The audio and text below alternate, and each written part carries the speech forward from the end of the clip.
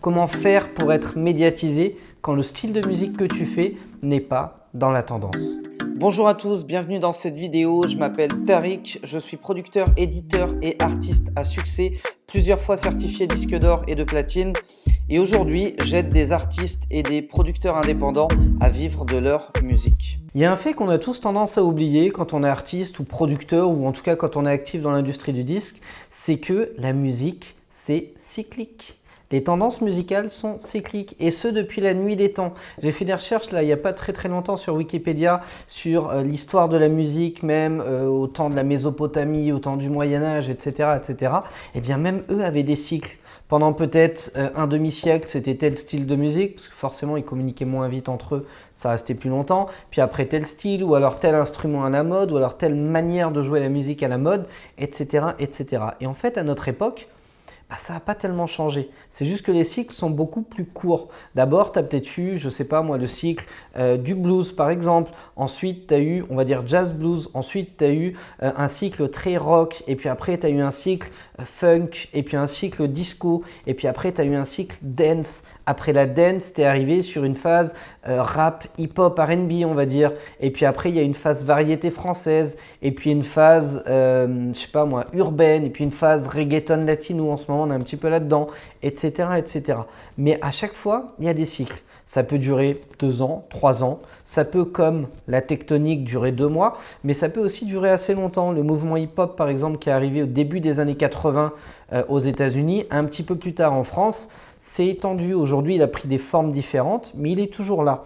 Et il y a d'autres courants musicaux qui sont vraiment très spécifiques à une époque. Quand on parle de disco, forcément, on parle des années 80. Quand on parle de dance, on parle des années 90, etc., etc.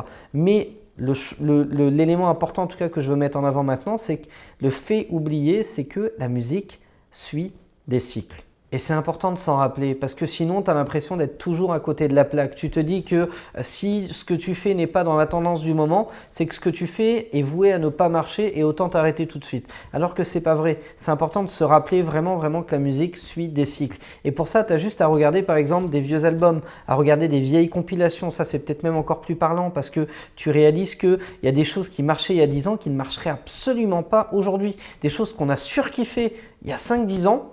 Putain, tu les ressors aujourd'hui, ça marche pas, c'est impossible.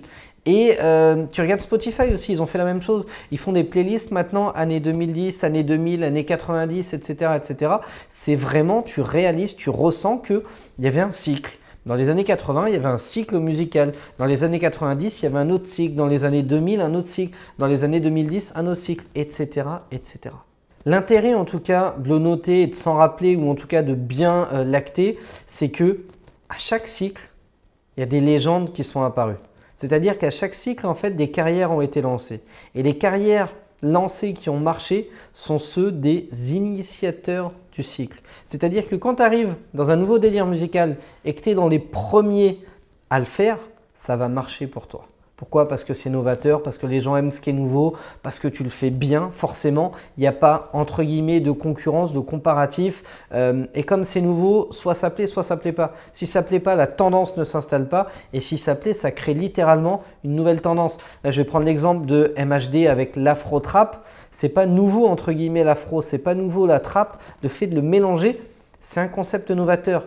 Et il a créé une tendance. Et tous les pseudo-MHD derrière sont déjà voués à l'échec. Parce que quand tu refais ce qu'un mec fait déjà très bien, qu'il a été le premier à faire et qu'il l'a imposé comme une marque forte en France, forcément tu feras moins bien.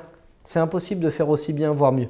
Parce que c'est déjà là, c'est déjà passé, le cycle est déjà lancé entre guillemets. Tu ne peux que le perpétuer de manière médiocre ou moyenne avant qu'un nouveau cycle s'installe. Et le fait de comprendre ça, ça te permet aussi de réaliser que si tu n'es pas dans la tendance là maintenant tout de suite, la vraie réponse à la question d'origine de cette vidéo, c'est comment faire pour être médiatisé quand on n'est pas dans la tendance. Si tu n'es pas dans la tendance, tu ne seras pas médiatisé et ne cherche pas à l'être. Parce que chercher à médiatiser sa musique alors que les médias n'en veulent pas, c'est se renier. Parce que petit à petit, ce que tu vas faire, c'est te dire « Bon, moi mon style c'est ça, mais je veux bien mettre un peu de ça. Mais je veux bien faire un peu de ça pour séduire les radios. » Et mécaniquement, tu vas te renier parce que ta musique ne sera plus la même. Au lieu de ça, d'ailleurs, ça c'est la pire erreur à faire parce que finalement, tu vas te formater à un média qui lui suit la tendance. Ça veut dire que quand tu es formaté à un média, tu es déjà en train de suivre une tendance qui est déjà passée. Le starting a déjà été fait. Tu ne peux que être une pâle copie. Tu ne peux que suivre 2-3 artistes majeurs déjà lancés dans une voie. Et forcément, ça ne fera pas de toi un artiste de légende, ça ne te fera pas faire des classiques, ça ne te fera pas durer dans le temps. Au mieux, tu feras un gros coup, tu feras un tube une fois, tu seras content, tu empocheras 15, 20, 30, 50 000 balles et ce sera terminé, mais ta carrière n'ira pas plus loin. À l'inverse, au lieu de te rogner, si tu cherches à cultiver ta différence, tu ne vas pas aller vers ces médias-là qui, eux, sont formatés. Tu vas aller soit vers des nouveaux médias qui, eux, sont prêts à suivre la tendance que toi, tu donnes, soit aller directement vers tes fans, en faisant du direct to fan et en construisant une fanbase de gens qui, elle, va être réceptive à ta musique et qui, elle, va vouloir la porter.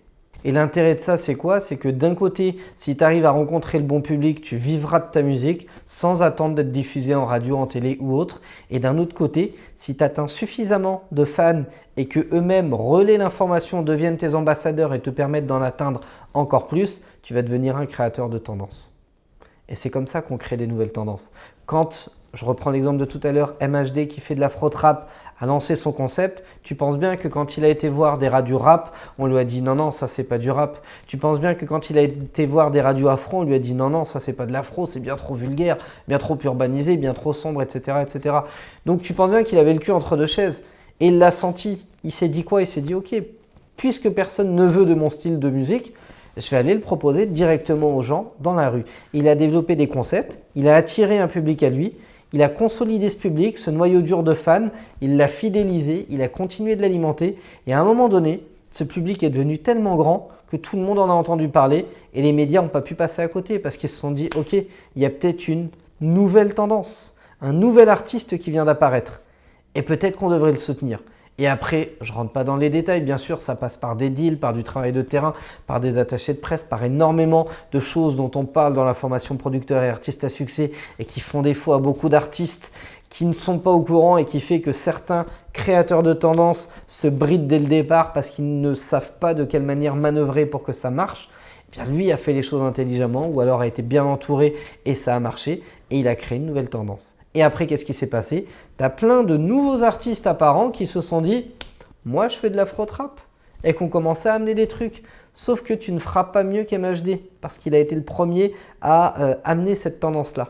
Au mieux, tu feras une tendance différente, un peu parallèle, tu cultiveras ta différence et ça va marcher, c'est ce qu'on a dit précédemment. Et au pire, tu feras la même chose que lui et de temps en temps, tu en as un qui va passer. Parce que effet de mode, parce que effet de buzz, parce qu'il l'a peut-être fait mieux que les autres et finalement, c'est pas trop mal et ça passe. Mais à aucun moment, il s'installera comme un artiste de légende et à aucun moment, il arrivera à construire une carrière qui dure dans le temps. Le meilleur moyen pour prendre la relève, c'est d'aller chercher une nouvelle tendance. Tu prends le Grime, alors je sais que je le prononce peut-être pas bien, mais tu prends le Grime qui est un mouvement trap au Royaume-Uni, ça c'est une tendance qui mérite d'être importée en France. Il y a plein de choses à faire. En tout cas, ne pas suivre la tendance est peut-être le meilleur conseil que je puisse vous donner aujourd'hui. Merci d'avoir été attentif à cette vidéo. Lâchez-moi un gros like si ça vous a appris quelque chose aujourd'hui. Abonnez-vous à la chaîne Producteur à Succès et je vous souhaite le meilleur pour la suite, plein d'inspiration et un max de succès à tous. Ciao, ciao.